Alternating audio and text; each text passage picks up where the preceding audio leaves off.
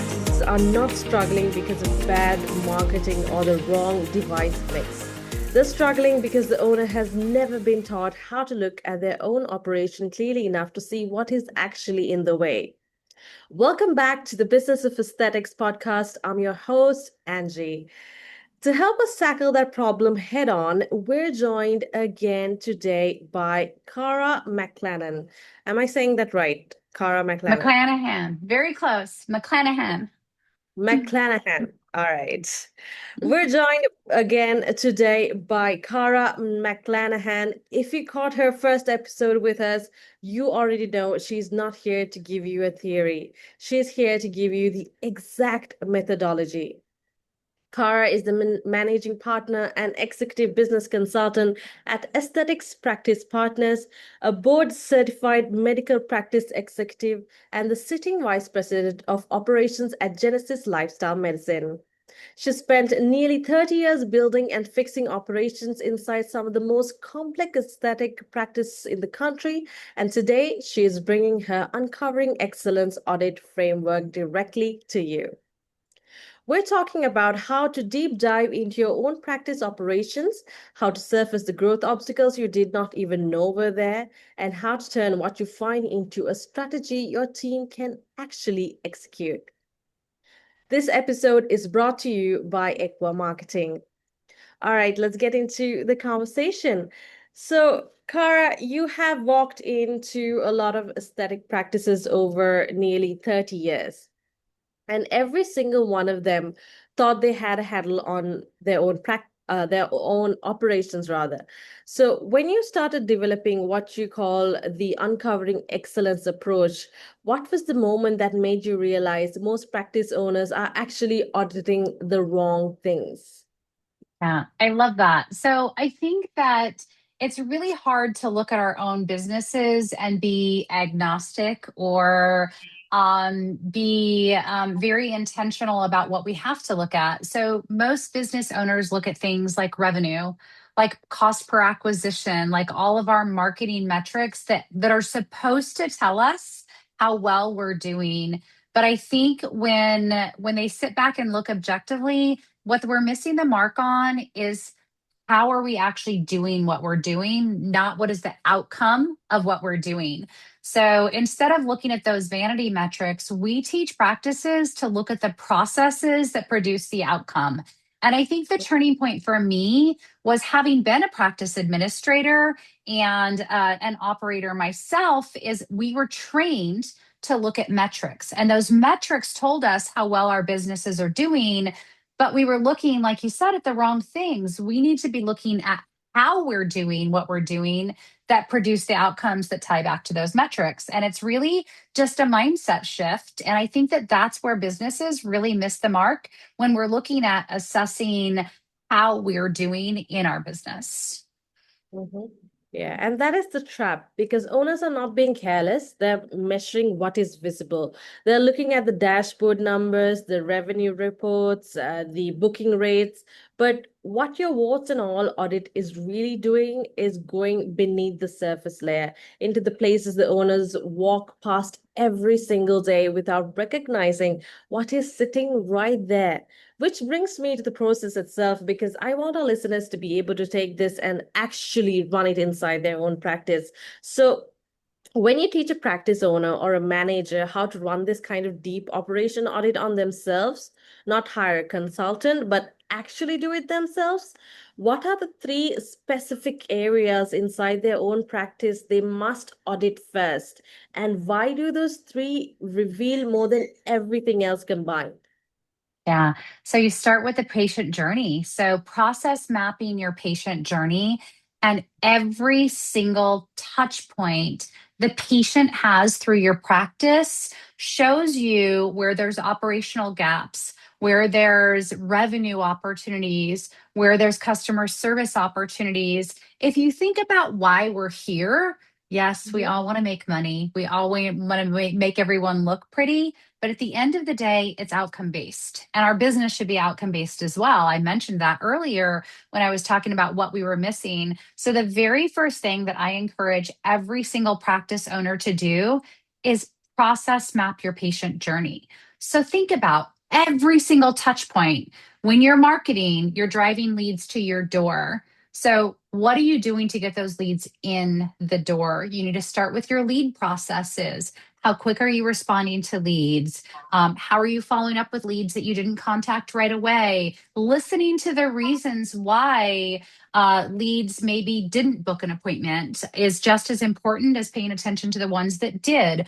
Obviously, we're looking at our referral sources because we want to know how our marketing channels are working, what our relationships with other patients look like for referrals. So when you break it down, now you're looking at they've made their appointment. When they've made their appointment, what happens? Are you sending them a welcome email? Do they get the warm and fuzzies the minute they made that appointment? Is there a introduction to what's going to happen when they come into the clinic? Do they fill out their intake forms via a portal?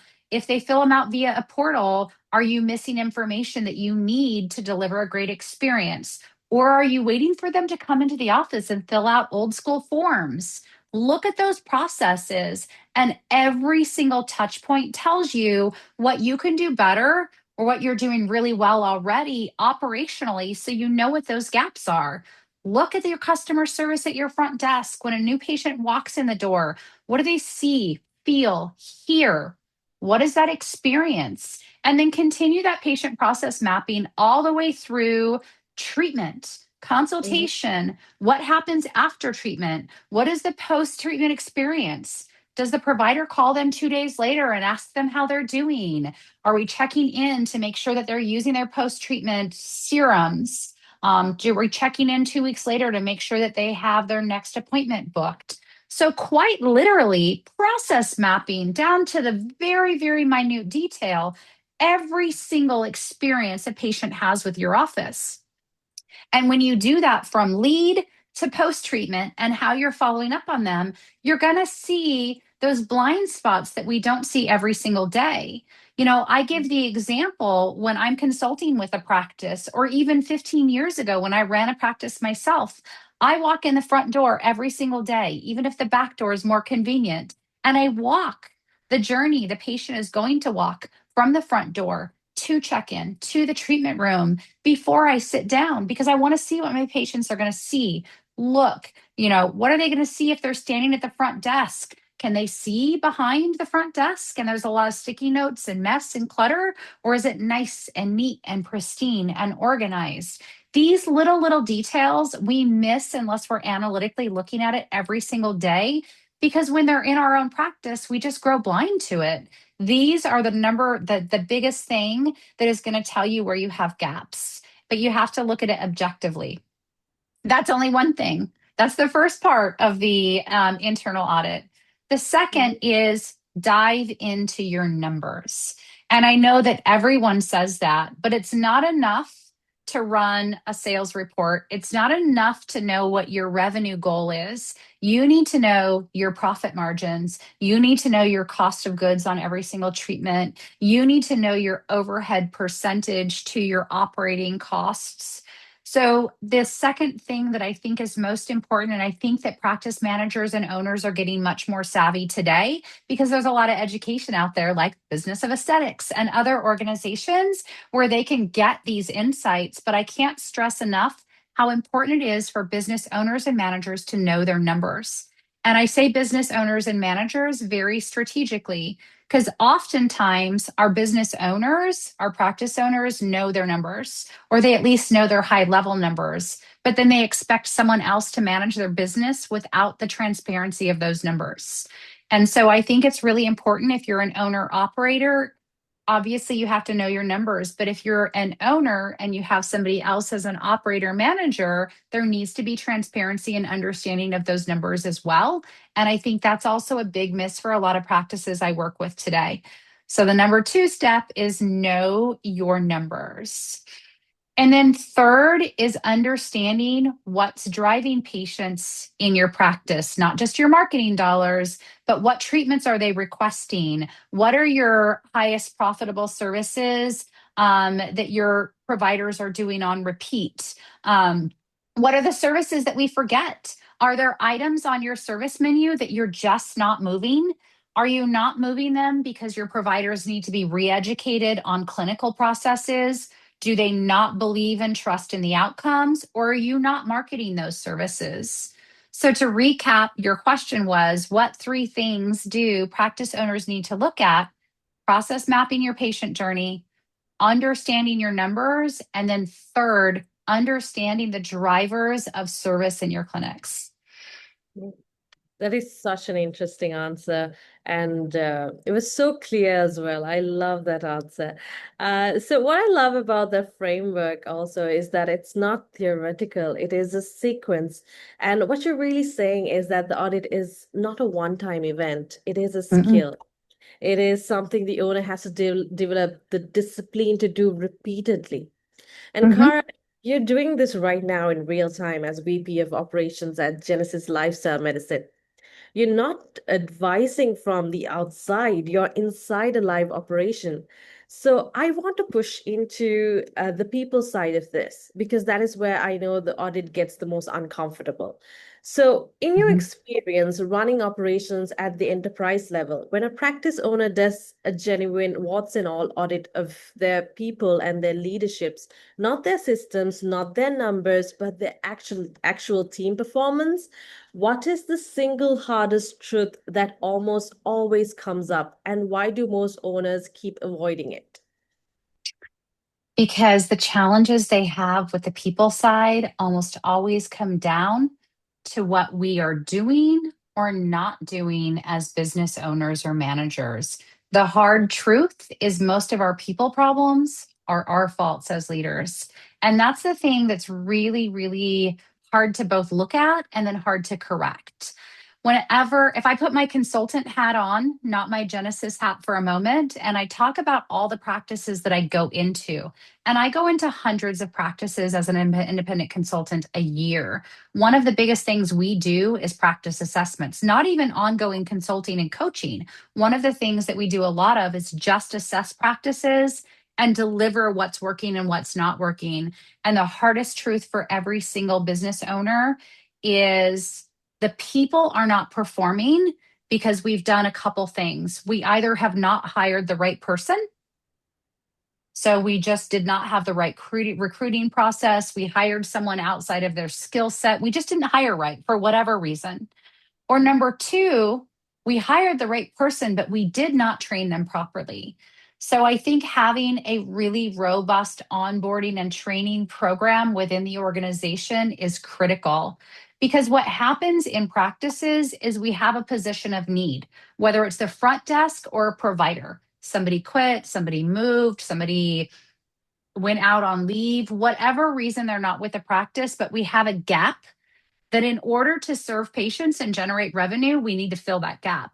And we Mhm. fill that gap quickly because we put a body there. That body could do the treatments or can answer the phones, but we have not necessarily set them up for success. And so we have either hired improperly or we've hired properly, but we've not trained properly. And the third piece to that is not supporting them. It's our job as leaders to hire the right people, give them the tools, support, and resources to do their jobs, and then let them do their jobs. But there has to be accountability. There has to be performance management. There has to be ongoing coaching. And so, for a lot of business owners, they either do one or all three of those things backwards or not at all. And that's the hardest truth is that a lot of the challenges within our practice are things that we as leaders and owners can own, can control, but we get so busy trying to fill positions, trying to treat patients that we forgot the people that do the jobs need as much support as our patients. Yeah, for sure. And that right there is the conversation most practices are not having because it requires the owner to look at their team and sometimes at themselves with total honesty. That kind Mhm. of clarity changes everything. And speaking of clarity, I want to take just a moment for our listeners here. So, if you have been wondering whether your marketing is actually doing its job or whether it's slightly underperforming while your clinical and operational team is doing everything right? Our team at Equa Marketing can help you find out. Now, we are offering our BOA listeners a complimentary 60-minute marketing strategy session. It is a completely one-on-one, no pitch, no pressure, just a focused conversation to help you map out a realistic 12-month roadmap for attracting the high-value patients your practice deserves. So you can book your spot right now at businessofesthetics.org/MSM. That is businessofesthetics.org/MSM. All right, back to Kara. But now, once the audit surfaces the problem, the next question is always the same, right? Now, what do I actually do about it? Because this is where a lot of practice owners get stuck. They do the audit, they find the gap, and then they freeze. Because translating a diagnosis into a strategy that the whole team can actually execute is a completely different skill set. And Kara, this is where your background in building strategic operating plans starts doing the heavy lifting. So Mhm. I want to get very specific about what happens after the audit. Once a practice owner has completed their internal audit and identified two or three real growth obstacles, not assumptions, but actual confirmed gaps, how do you help them build a strategy around those findings that their team can execute, not just a plan that sits in a binder and never moves? Yeah, I love that because I think that, like you said, this is where the heavy lifting comes in. It's fun to do the uncovering. The audit part always gets us excited because we see the opportunity. We're digging into our business. We feel like we're doing something. And then those hard truth moments come when you identify the problem. But the real work starts once the audit is done, like you said. And so I think number one is clearly articulating what the challenge is. Everybody needs to understand what the challenge is and what it affects in the organization. So, is it a customer service problem? Is it a patient flow problem? It is a documentation problem? Whatever it is, there needs to be clear articulation of what the problem is. And everybody needs to understand what their role in either correcting it or what their role in or the process of it affects. So I think communication is number one. Number two is have a real plan to fix it. We're not going to talk about it. We're going to identify the steps that we need to take to correct this problem or get us moving in that direction and have a realistic plan and timeline. When you rush things, you fix problems with a quick solve resolution that probably is going to create other problems down the road. So, again, being thorough as well as making sure that your team understands, map out the process, designate staff members. Somebody has to own fixing this problem. Somebody has to own correcting this process or this procedure. So clearly articulate it, communicate, understanding, and then have ownership and have a plan. Again, it's a roadmap. Whenever we consult with practices, even if we're just doing a practice assessment, we give them their diagnosis and then we give them a 30, 60, 90-day action plan. Oftentimes, when you're doing these audits, you don't find one or two things, you find 5 to 7 things. Don't try and fix everything at once. Prioritize the gaps and how it impacts your operations, how it impacts your patient care. If it's a compliance issue, it needs to go right to the top. So prioritize your challenges. Don't try and fix everything at once so that you can be strategic and thorough in everything that you do. So again, communicate, outline, accountability, and have a strategy. So a plan that actually moves versus a plan that just looks good on paper. That is the whole game. Exactly. That's All right. right. So the audit is only valuable if something changes on the other side of it, which brings me to our final question. And I want to make this as practical as possible for every single person listening right now, whether they're running a solo practice or managing a multi-location group. So for a practice owner or manager who is ready to start their own uncovering excellence audit this week, not someday, but this week, What is the very first question they should sit down and answer about their own operation? And why does that one question unlock everything else? What keeps you up at night? What's that one burning thing that you keep seeing come up again and again and again?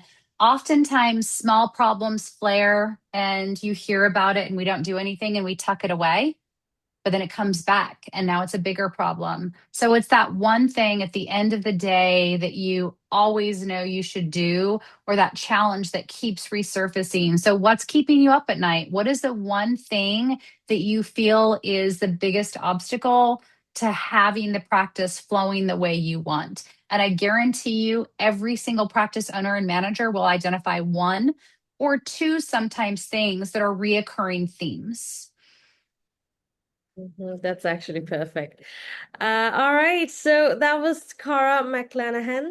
And if this conversation gave you that moment of clarity where something finally clicked about what is sitting between you and your next level of growth, that is exactly what it was designed to do.